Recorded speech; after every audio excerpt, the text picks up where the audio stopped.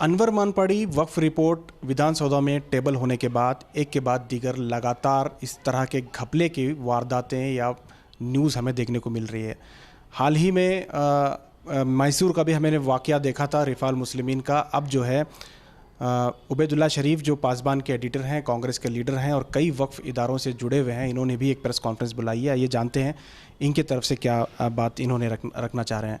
सब बताएं, क्या आप वक्फ से हमेशा से वक्फ से जुड़े रहे हैं? भले ही आप एडिटर रहे हैं, लेकिन वक्फ के ताल्लुक से आपकी जानकारी रही है हमेशा से। आज आप किस ताल्लुक से प्रेस कॉन्फ्रेंस बुलाएं? देखिए, गुलबर्गा में जो दरगाह ख्वाजा बंदे नवाज़ की दरगाह है, न सिर्फ कर्नाटक बल्कि सारे मुल्क में जो है एक मशहूर दरगाह है।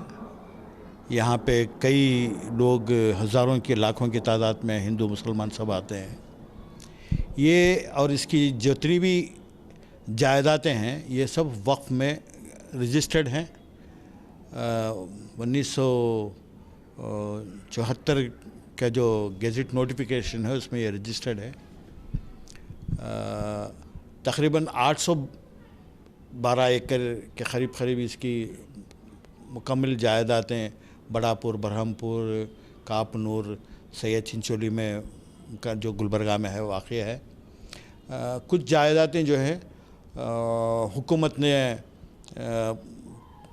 पब्लिक पर्पस के लिए एक्वायर भी की है। इसके बावजूद जो है तकरीबन 514 एकड़ ज़मीन दरगाह की वक्फ की मिल्कियत है। वो नोटिफिकेशन, गेजेट नोटिफिकेशन होने के कुछ साल बाद जो है उस वक्त के जो सज्जादे और मुतवल्ली है, मौजूदा मुतवल्ली और सज्जादे साहब के वालिद बुजुर्गवार, उनके ख़ानदान वालों ने लैंड ट्रिब्यूनल के रूबरू कुछ केसेस दर्ज किए, जिसमें एक अमीर हुसैन नामी, फिर मुइना अख्तर बेगम जो मौजूदा सज्जादे हैं उनकी वालिदा, और मौजूदा सज्जादे के एक भाई आरिफ हुसैनी और यूसुफ हुसैनी, इन सब ने मिलकर दरगाह की ज़मीन को जो है ये दावा करके लैंड ट्रिब्यूनल के रूबरू केस दर्ज किया कि उसमें वो ज़राअत कर रहे हैं और उनकी पोजीशन में हैं वो।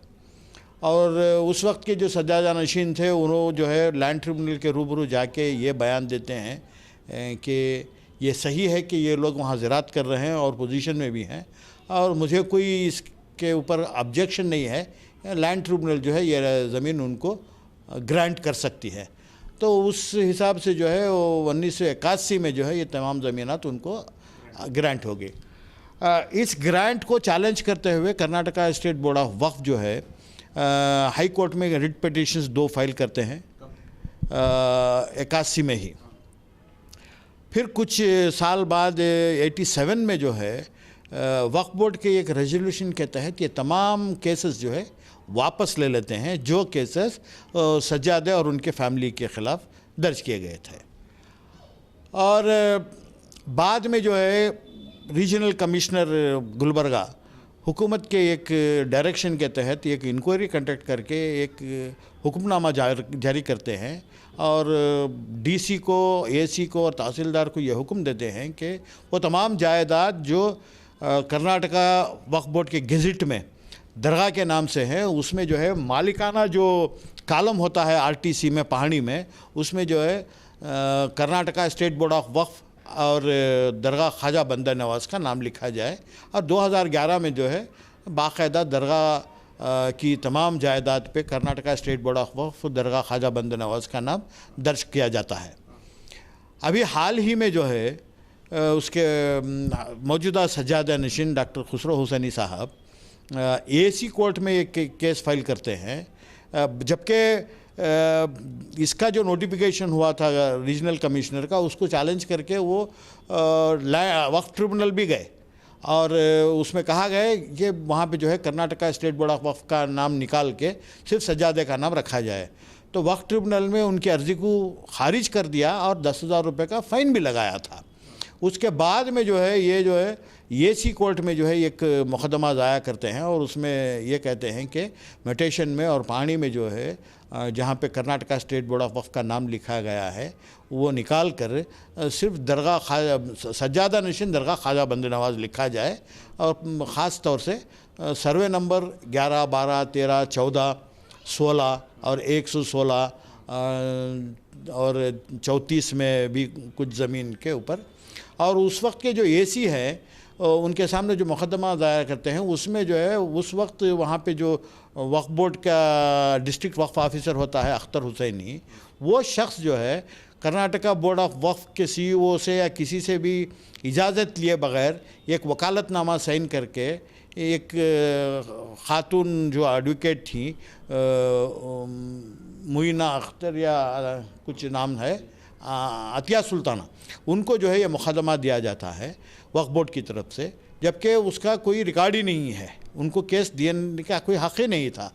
वो मिली भगत थी सजादे और हमारे वक्फ ऑफिसर की उस वक्त के।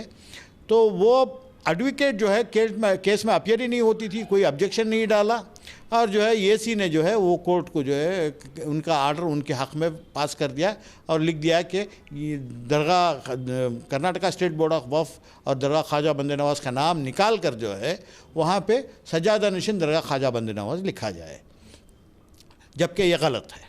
कैसे गलत है? वक्फ board Karnataka state board of का नाम आना क्यों क्या गलत है? नहीं, अगर ये फैमिली वक्फ है, चूँकि ये फैमिली से आते हैं उस ख़ानदान से, तो वक्फ के भी 3 किस्म होते हैं, तो उसमें अगर इस तरह से अगर कोर्ट से ले रहे हैं तो इसमें क्या गलत है? देखिए, ये जो है कोई प्राइवेट वक्फ नहीं है और वक्फ अलल औलाद नहीं है, ये पब्लिक वक्फ है। पब्लिक वक्फ में जो है वक्फ बोर्ड का नाम आना गलत नहीं है और सज्जादे जो है मुतवल्ली दरगाह ख्वाजा बंद नवाज़ अलग चीज़ है, सज्जादे अपना नाम लाना जो है ये एक साजिश है। लेकिन सज्जादे हैं, उनका अपना नाम तो नहीं लाए हैं, सज्जादे और दरगाह के मुतवली का नाम उसमें आना जो है, क्योंकि ये वक्फ फैमिली नहीं है क्या? ये बिल्कुल फैमिली वक्फ नहीं है, ये पब्लिक वक्फ है। गेज़ेट नोटिफिकेशन के तहत जो भी हमारे पास दस्तावेज़ मैंने हासिल किए हैं जो निज़ाम के ज़माने से वक्फ कर्नाटक वक्फ बोर्ड को आए थे, उसमें भी कहीं भी ये नहीं लिखा गया है कि वक्फ अलल औलाद है। कुछ जायदादें वक्फ अलल औलाद हैं, वो जो है अलग है। ये तमाम ज़मीनात जो हैं ये पब्लिक वक्फ है। और इनके भाई जो है आरिफ हुसैनी सर्वे नंबर 40 और 41 में एक रेजिडेंशियल लेआउट बनाकर कर्नाटका इसने गुलबर्गा सिटी कॉरपोरेशन में जो है खाते अपने नाम पर तब्दील करके बना के जो है साइट्स डाल के फ़रोख्त कर रहे हैं। कौन सी ज़मीन पर? सर्वे नंबर 40 और 41 की जो वक्फ प्रॉपर्टी है। उन्होंने भी रीजनल कमिश्नर के डायरेक्शन को हाई कोर्ट में चैलेंज किया था सर्किट बेंच में। हाई कोर्ट सर्किट बेंच जो है ये हिदायत दी, डायरेक्शन दी थी कि ये मामला तहसीलदार जो है सबको सुनकर इसके ऊपर फैसला करें।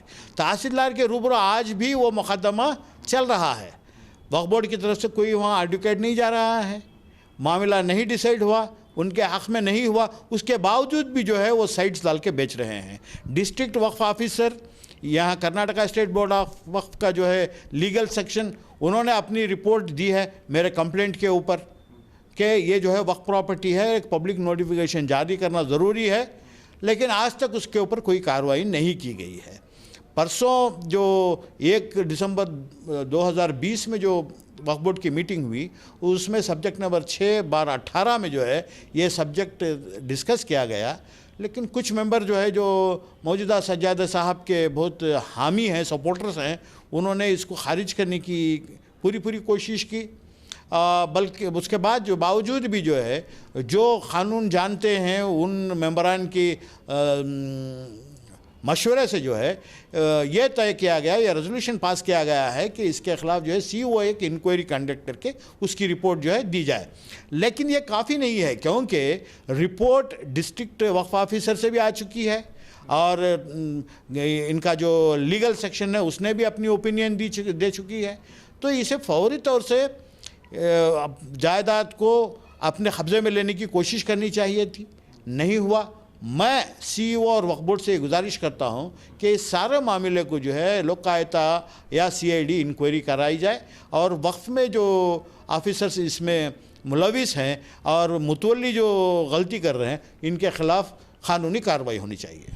एक तो मामला जो है जो प्रॉपर्टी बेच रहे हैं वो मामला ऑलरेडी केस कोर्ट में है, और दूसरा जो सज्जादा नशीन का जो मामला है जो कोर्ट ने ऑलरेडी डिक्लेयर कर दिया है, उसमें क्या कर सकते हैं? कहाँ जो डिक्लेयर कोर्ट ने सज्जादा नशीन के नाम से जो कॉलम नंबर 9 जो बात कर रहे हैं। जी देखिए, कॉलम नंबर 9 EC ने ये किया है। मैंने गुजारिश की थी कि रीजनल कमिश्नर, डिस्ट्रिक्ट DC और तहसीलदार को लिखा जाए कि ये गलत है, इसको जो है वापस से कर्नाटका स्टेट बोर्ड ऑफ वक्फ और ख्वाजा बंदे नवाज़ के दरगाह ख्वाजा बंदे नवाज़ का नाम लिखा जाए। उसके पर भी कार्रवाई नहीं हुई। या तो जो है DC के रूबरू जो है एक अपील फाइल करनी है, वो भी लीगल सेक्शन ने लिखा है, लेकिन आज तक ना वकील अपॉइंट हुआ ना कोई है ना अपील दर्ज की गई। तो मैं 31 अगस्त 2020 को, 28 सितंबर 2020 को मैंने ख़त के ज़रिए मालूमात की है, अब तक कोई कार्रवाई नहीं की। तो क्या इसका होगा? वक्फ बोर्ड क्या कर रहा है अभी? सर, आप इतने दिन से क्यों खामोश थे? आपको भी पहले ही आवाज़ उठाना चाहिए था। आप इतना लेट से क्यों आप उसमें आवाज़ उठाए? मैं तो वक्त पे आवाज़ उठाया हूँ। मैं लेट कभी आपने जैसे ही मुझे इत्तला मिली मैंने ये आवाज़ उठाई। ना सिर्फ ये, और भी इस दरगाह से जुड़ी हुई कई चीज़ें हैं जो मैं आइंदा जो है वक्फ बोर्ड की इत्तला में लाऊंगा। अगर वक्फ बोर्ड अगर उसके ऊपर कार्रवाई नहीं करती है तो कानूनी कार्रवाई मैं करूँगा ज़रूर। ऐसा महसूस किया जा रहा है कि अब सिर्फ वक्फ का इलेक्शन आने वाला है और सज्जादे साहब कॉन्टेस्ट करने वाले हैं, इस वजह से भी जो है आज आपने प्रेस कॉन्फ्रेंस बुलाई है, ये भी महसूस हो रहा है। देखिए, सज्जादे साहब पहले भी जो है नॉमिनेशन में आना चाह रहे थे, अब जो है पहले भी वो रह चुके हैं। पहले आकर उन्होंने क्या कार्रवाई की है, क्या उनका कंट्रीब्यूशन है वक्फ में, कितने वक्त उन्होंने कौन से जायदाद को बचाने की कोशिश की, कितने वक्त वक्फ बोर्ड में उन्होंने अपने मशवरे दिए हैं। वो वक्फ बोर्ड में आते हैं अपनी जायदाद जो अपने नाम से किए हैं उसकी हिफाजत करने के लिए, उनको कोई वक्फ से दूसरा इंटरेस्ट नहीं है। क्योंकि और भी कई मामले हैं, मैं उसको आगे लेके आऊँगा। मुझे कि कोई आपत्ति नहीं है वो वक्फ बोर्ड में मुतवल्ली बनकर आएँ, इलेक्शन जीत कर आएँ, मुझे कुछ नहीं है। और मैं जो है पर्सनली मैं सज्जादे साहब के ख़िलाफ़ नहीं हूँ। मेरा मकसद सिर्फ यही है कि वक्फ की जायदाद की हिफाजत हो, तहफ़्फ़ुज़ हो, और वक्फ की जायदाद का प्रोटेक्शन होना ज़रूरी है। लेकिन सर, सिर्फ इन मामलात को जो है उछालने से बड़े बड़े इदारे हैं, जैसे बंदा नवाज़ यूनिवर्सिटी जो है वो कर्नाटक की वाहिद मुसलमानों की यूनिवर्सिटी है जो प्राइवेट यूनिवर्सिटी है। अगर जो भी मामला है कोर्ट से सॉल्व होना चाहिए। अगर हम इस तरह से अगर बयान देंगे तो इदारे को भी उसका नुकसान उठाना पड़ सकता है। ख्वाजा बंदे नवाज़ यूनिवर्सिटी एक अलग चीज़ है, वो भी वक्त की जायदाद पे है। मैं उसके ऊपर अब कुछ कहना नहीं चाहूँगा। मैं आवाज़ अगर कह रहा हूँ, आप आए हैं तो सीधा कोर्ट चला जाऊँ, आपके पास ना आऊँ। मैं ये उनको ये कोर्ट जाने से पहले वक्फ बोर्ड को ये एक चेतावनी है कि आप फ़ौरन कार्रवाई करें। वक्फ बोर्ड, मुझे कोर्ट की जाने की भी ज़रूरत नहीं पड़ी, कहीं भी जाने की ज़रूरत नहीं पड़ेगी।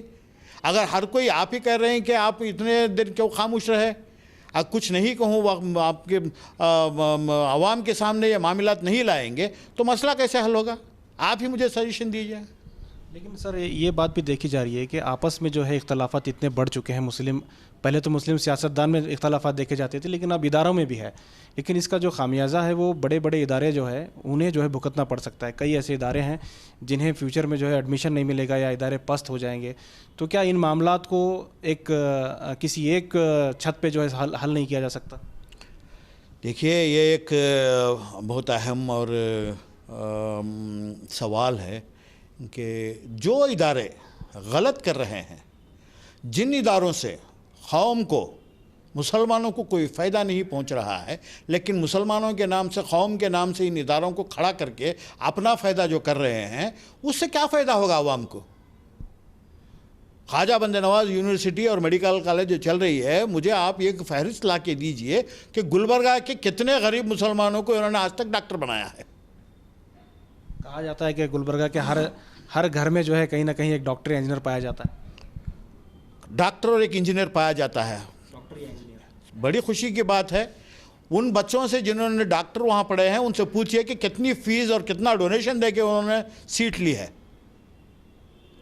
यूनिवर्सिटी बनाना, मुसलमानों के नाम पे, कौम के नाम पे इदारे बनाना,